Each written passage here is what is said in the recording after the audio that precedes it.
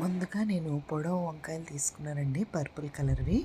అయితే వీటిని జస్ట్ ఒక మధ్యలో ఒక ఘాటులాగా ఇవ్వాలన్నమాట. పైనుంచి కింద వరకు ఒక ఇన్సిషన్ కట్ లాగా ఇవ్వాలి.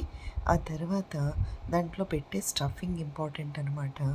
ఒక పావు కప్పు పల్లీలు, పావు కప్పు నువ్వులు, పచ్చిశనగపప్పు, ఎండుమిర్చి 5, 6, వెల్లుల్లిపాయ రెబ్బలు 4, 5, జీలకర్ర కానీ జీలకర్ర పొడి కానీ ఒక పావు కప్పు.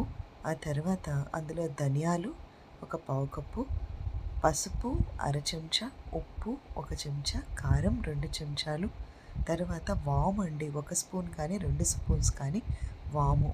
ఇవన్నీ కూడా చక్కగా ఒక్కసారి వేపుకొని, కుదిరితే కొద్దిగా ఎండు కొబ్బరి కూడా అండి, దాన్ని కూడా ఒక పావు కప్పు తీసుకొని లాస్ట్లో గ్రైండర్లో వేసేప్పుడు మాత్రమే ఎండు కొబ్బరి వేసుకోవాలి, మాడకూడదనమాట. అయితే అన్నీ కూడా నేను ఏం చెప్పాను మళ్ళీ రిపీట్ చేస్తున్నానండి. పల్లీలు, నువ్వులు, పచ్చెనపప్పు, మినప్పప్పు, వాము, పసుపు, ఉప్పు, కారం, ధనియాల పొడి, జీలకర్ర పొడి, ఇలా మెంతులు కుదిరితే ఒక అర చెంచా మెంతులు. అది ఇంకొకటి మీకు ఇష్టమైతే కొద్దిగా ఇంగువ కూడా యాడ్ చేసుకోవచ్చండి.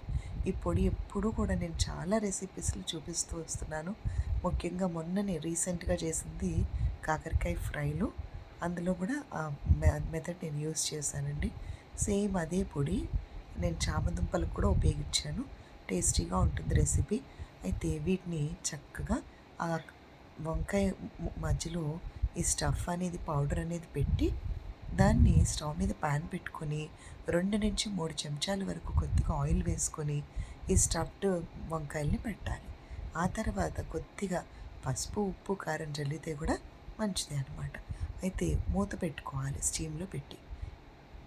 ఇంకొకటి ఏంటి అంటే, కొంచెం వాటర్ వేసుకొని ఇవి వేగేటప్పుడు కొద్దిగా నీళ్ళు పక్కన వైపున వేసుకోవాలి, లేదా నీళ్లు జల్లాలి, వీటి మీద జల్లి మూత పెట్టుకోవాలి. అప్పుడు వంకాయ ఇలా డీప్ ఫ్రై అవుతుంది.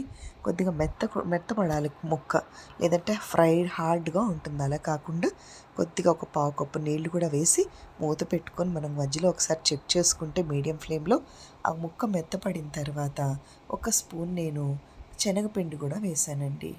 శనగపిండి వేస్తే టేస్ట్ చాలా బాగుంటుందన్నమాట. అది జస్ట్ స్టవ్ ఆఫ్ చేసే ముందు ఒక 2 చెంచాలు శనగపిండి కూడా వేసాను. అయితే పెట్టిన స్టఫింగ్ లోపల ఒకటి పొడి, పైన మనం శనగపిండి వేస్తాం కాబట్టి చక్కటి బజ్జీ కర్రీ లాగా చాలా యమ్మీగా టేస్టీగా ఉంటుంది. ఇది పప్పుచారుకి సైడ్ డిష్ అనమాట. లేదా మనం పుల్కా కానీ స్టార్టర్ లాగా ఒక మంచి సైడ్ డిష్ అనమాట. ఎంత బాగుంటుందంటే చక్కగా వట్టి వంకాయ తినాలనిపించే అంత బాగుంటుంది. Please subscribe my channel. Thank you.